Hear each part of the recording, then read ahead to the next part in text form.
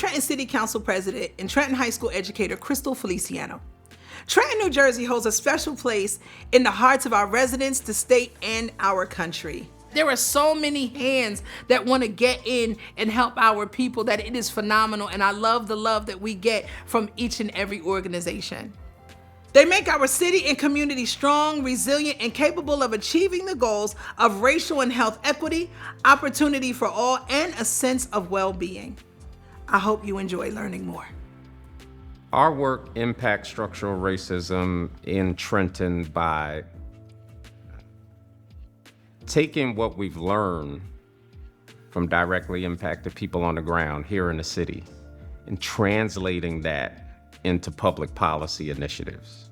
That becomes advocacy. So what happens on Calhoun or Pennington Avenue or Martin Luther King Boulevard here in the city now becomes translated into a need policy change over on State Street, over at City Hall.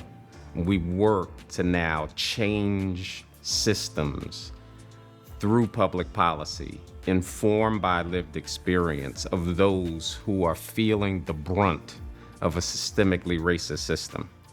And now not only do we take that information, but we actually take the people who've given us that information. So they realize their power.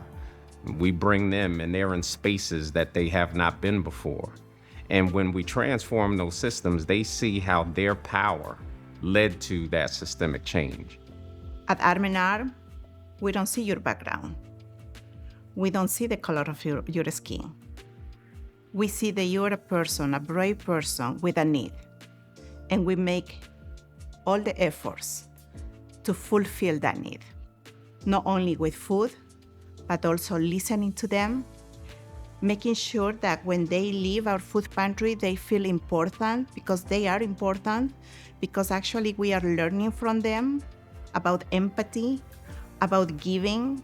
We changed a lot of the way that we operated because we started going to where the need was the greatest. Mobile pantry was how we pioneered getting the help to the people who needed it the most. We looked at the data from the Trenton Health team, not only during the pandemic, but afterward. We shared where we're going to be. We've put it into a map that, by the way, that can be shared with our public. Mercer County Food Finder is a really helpful resource. We were all of a sudden in crisis because of the pandemic.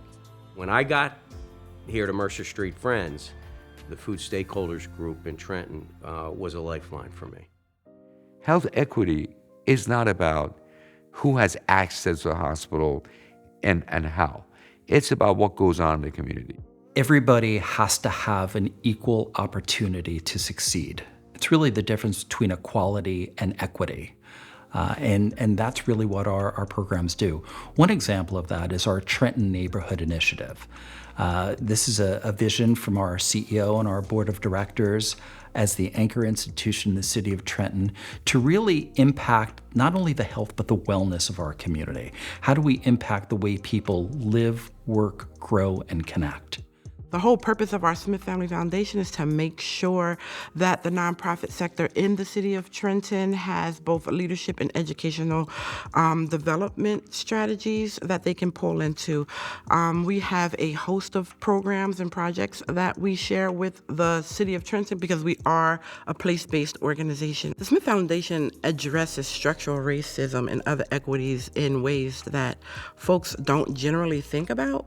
First off, and I have to say this because it is what it is, a Black foundation in the city of Trenton is something that's not, it's a new concept, right?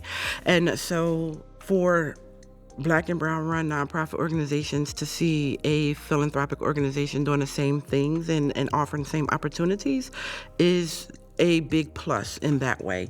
And we have what we call the I Am the Change movement. And it's a scholarship movement, and we give scholarships to students and adults. We want to increase the economic base of the city of Trenton. How do you do that? Attract the folks that you're sending out to get this education back to the city. One of the major things that the Smith Family Foundation really wants to do is erase the lines in the power dynamics when it comes to nonprofits and philanthropists. And so what we do is we try to make ourselves true partners in this work. We are Trenton, and we are a part of the fabric of this work, which is why we call it our purple ribbon, because we flow through the city of Trenton. Just because we're fifth generation Trenton, that doesn't mean that we know what Trenton needs. We went out and talked to not just the nonprofit sectors and the political sectors. We went on the corners, and we didn't pull in a community conversation. We went to the grocery store, we went to the barbershop, we went to where the people were to have conversations. What do you need from us? We have collective power together. It's unique because we have 70 or 80 entities now, 10 years later. We started with 3 people. So it keeps evolving, keeps growing. Capital City Community Coalition, the 4 C's, as they say on the street, is a living organism. It's not an organization, but it's a living organism. And anything that's alive keeps growing. You also have the Trenton Street Team and the Salvation Social Justice Street Team that meet people right where they are. One of the main aspects of what Trenton Community Street Team does is focusing on the community itself. We have 3 pillars we operate out of. One is community engagement. That looks like us being at different schools, providing safe passage. We do community walks. We talk with the community, find out what issues they're having. We also focus on solutions. That's why we have something called THESIS, which stands for Trenton Health, Education, Safety, Information Sessions. That's our public safety roundtable discussion. That's where the community at large comes together, along with decision makers, public policy makers, and also individuals from the city of Trenton to try and find solutions to problems that we're having. Not shouting, listening, having the tough conversations, and creating a pathway forward. And so how we can look at the measurables, we look at reduction of violence. We look at people calling us for supportive services and for help. We look at people using skill sets that they're taught within TCST about de-escalation. It's not about us being culturally sensitive, it's about us being culturally, utilizing cultural humility. Understanding that we don't know everything about every culture, but we can show respect to every culture. And how you do that, once again, is by listening. And for us, we made sure that we have a diverse team. We have people who speak Spanish. We have people who speak French Creole, because we want to be effective and make sure individuals understand that we serve all of Trenton. With the restorative street team, there's, in coordination with many other services and organizations, but the fact that gun violence has reduced by 40% year over year, 2 years in a row, is extraordinary. Individuals that come to our program are highly unlikely to be re-victimized by community violence again, because they got the support that they needed from the moment that they were injured. Since the initiation of our program, we have completed 4 murals throughout Trenton, New Jersey. We really wanted to make sure that we were emphasizing community collaboration as well as centering anti-violence on those murals. So Trenton Restorative Street Team and Trenton Community Street Team have been invaluable assets for our clients. Sometimes we can't all do it all, right? And sometimes we really need different organizations to help in different unique ways to best meet the needs of clients and individuals in the community. And I think that the street teams bring such a unique piece to that, to where we're able to really work together and jointly in order to come up with solutions that really will make sure that the client gets the best services as well as the best outcomes that they need moving forward. When I hear the word Trentonians, to me come change because of the population.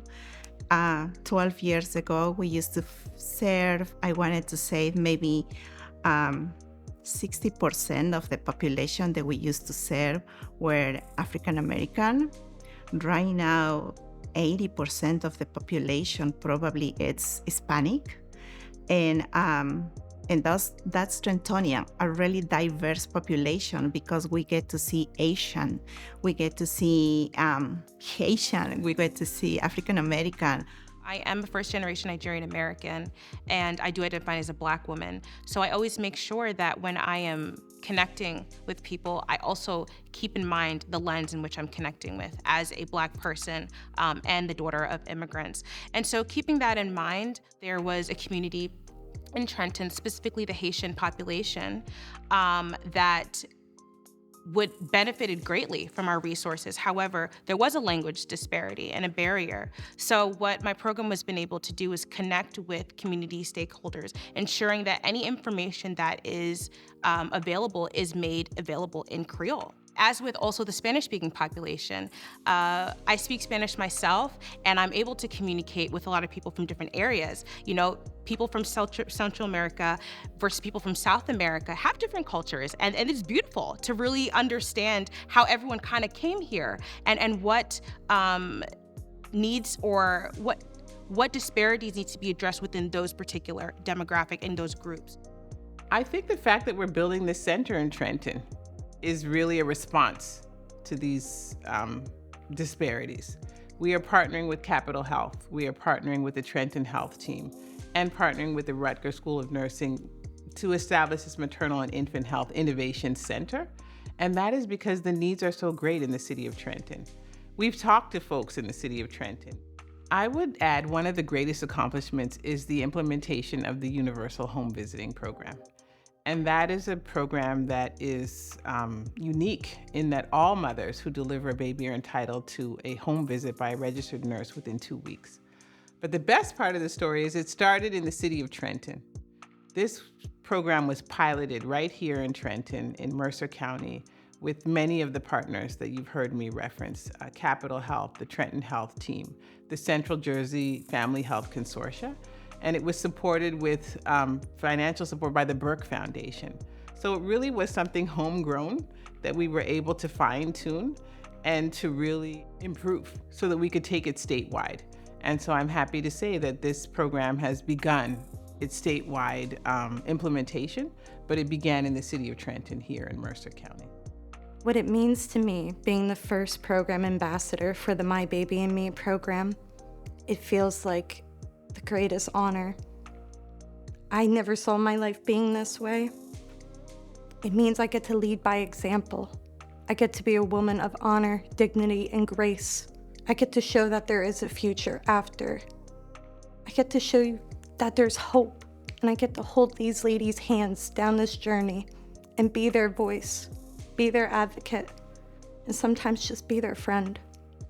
This program gives Trenton opportunities and gives it hope, gives these ladies faith that this isn't how it has to be. This isn't how we have to live. You know, we don't have to live and die this way. No. Trenton always had the resources. Trenton always had the heart and always had the passion, but there was always needs to bring everyone together. And I got to see coming into this role how beautifully that's been done with the community conversations, maternal health stakeholder meetings we have, multiple convenings that Trenton Health Team has posted to. You get to see all of Trenton together in one space at a time. And I think that's the difference now, right? People are understanding and seeing each other and also recognizing, you know, there's no need to ever work in silos because there's always a intersectional point. I'm a mother. I have 2 daughters, one of childbearing age. We must change these stats. This work is very personal for me. Trenton feels alive. There's an energy that I've never seen. And I think I mentioned that I've worked in this space for 25 years. To plant this love for community, this love for empathy to the new generations, offering the opportunity to volunteer to the youth, to schools, to corporations, to the millennials, to the Z generation. We are making sure that when we move on, they are going to be able to continue working hard against not only preventing food insecurity, but poverty. Trenton deserves the opportunity to shine the way that it should. And I would encourage Robert Wood Foundation to come in and be that light that helps to shine an even brighter light on the capital city and all the wonderful jewels and assets that we have here. Come see us. Come take a tour. Come see Trenton and see what makes us so special.